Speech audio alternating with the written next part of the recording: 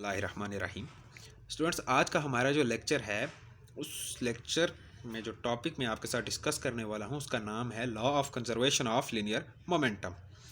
सबसे पहले मैं आपको इसकी डेफिनेशन बता दूं, मगर देखें डेफिनेशन आखिर पर लिखनी चाहिए थी, मगर चूँकि जब आप पेपर सॉल्व करते हैं तो आपको डेफिनेशन स्टार्ट में लिखनी पड़ती है, इस वजह से मैं डेफिनेशन स्टार्ट में बता देता हूँ आपको। According to law of conservation of linear momentum, ये हमें कहता है कि total momentum of an isolated system before collision and after collision remains constant. इसका मतलब क्या हुआ? हमारे पास एक ऐसा आइसोलेटेड सिस्टम है जिसकी मोमेंटम कोलिजन से पहले और कोलिजन के बाद जो है वो कांस्टेंट रहे। अब यहाँ पर सवाल पैदा होता है कि आइसोलेटेड सिस्टम कौन सा है।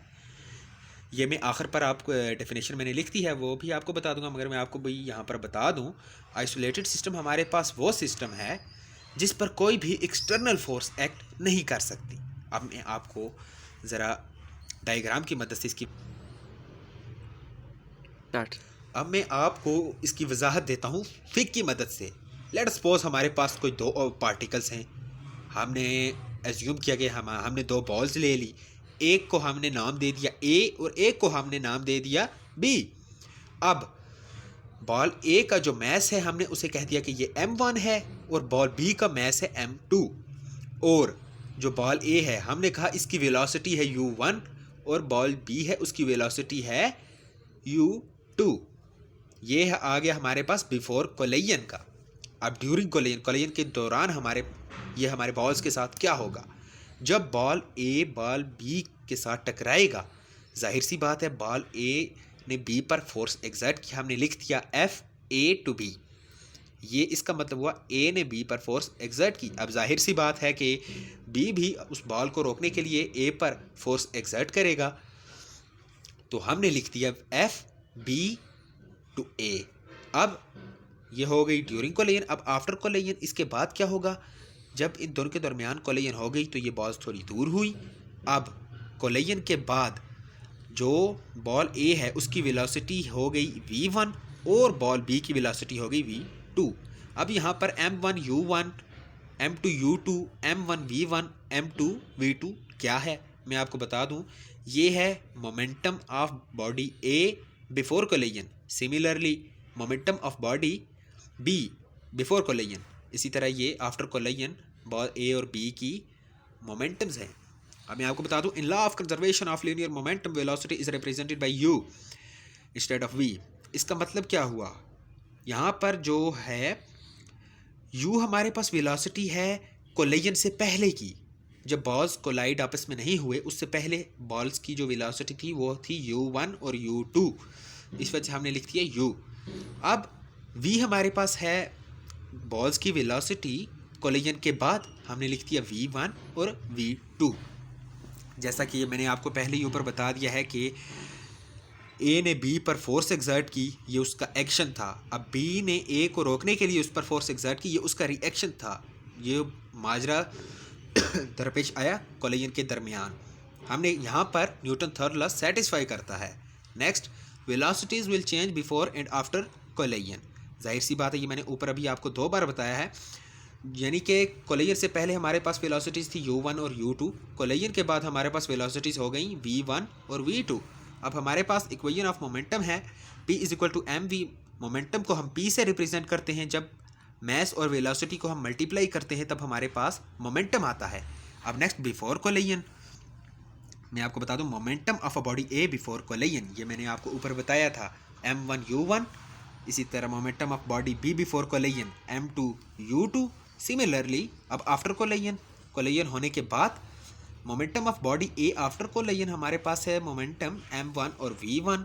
सिमिलरली हमारे पास बॉडी बी की जो कोलिजन है वो है m2 v2। हाँ जी बच्चों, तो अब इसकी डेरिवेशन की तरफ आते हैं। डेरिवेशन में मैं आपको सबसे पहले बता दूं, rate of change of momentum of body B इसकी गिवन। यहाँ पर जो बॉडी बी है उसकी मोमेंटम की बात हो रही है। ये देखें, जाहिर सी बात है ए ने बी पर जब फोर्स एग्जर्ट की, जाहिर सी बात है बी में चेंज आई है, बॉडी बी में। अब हमारे पास जो मोमेंटम है वो क्या है? डेल पी अवर टी। अब हमारे पास डेल टी क्या है, हमारे पास है चेंज इन मोमेंटम। अब चेंज इन मोमेंटम को हम कैसे डिफाइन करते हैं, final momentum minus initial momentum divided by T. Next देखिए हमारे पास, आप जैसा कि मैंने पीछे बताया था आपको फिग में, हमारे पास फाइनल मोमेंटम जो है बॉडी बी की वो है m2v2 और इनिशियल मोमेंटम है m2u2 डिवाइडेड बाय टी। इसे हमने नाम दे दिया equation A. Similarly rate of change of momentum of a body A is given by, इसी तरह बॉडी बी ने ए को रोकने के लिए उस पर फोर्स एक्सर्ट की, वो भी होगी change in momentum by time. अब चेंज इन मोमेंटम तो वही है, final momentum minus initial momentum by T. हमने फाइनल मोमेंटम लिख दी नीचे, इनिशियल मोमेंटम लिख दी डिवाइडेड बाय टी। अब आगे है according to Newton third law of motion, action every action has an equal reaction but in opposite direction.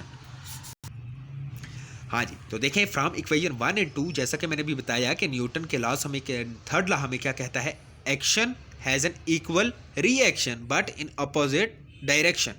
उम्मीद है आपको यहाँ से समझ आ गई होगी। देखें, action has an equal reaction but in opposite direction. अब देखिए यहाँ पर ये सेम थे दोनों, टी और टी को हमने कैंसिल कर दिया, हमारे पास सिर्फ ये और ये बच गए। अब हम यहाँ पर v वाली और u वाली टर्म्स को इकट्ठा कर देंगे, हमने कर दिया। इसको जब हम यहाँ लेकर आएंगे ये प्लस हो जाएगा, और जब u को यहाँ लेकर आएंगे राइट हैंड साइड पर तो ये पॉजिटिव हो जाएगा।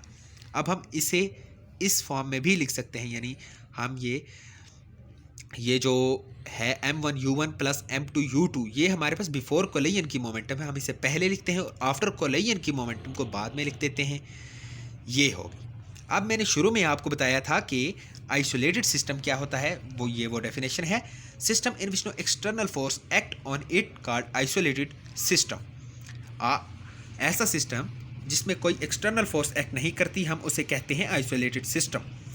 आज का लेक्चर हम यहाँ पर अख्ताम पजीर करते हैं। इसके बाद अगर आप मेरे चैनल पर न्यू हैं तो सब्सक्राइब कर दें, अगर आप मेरे लेक्चर को पसंद करते हैं तो साथ में बेल आइकन को दबाना मत भूलें, ताकि आप तक जब मैं नई वीडियोज़ अपलोड करूं आपको नोटिफिकेशन आ जाए। अल्लाह नेगेबान।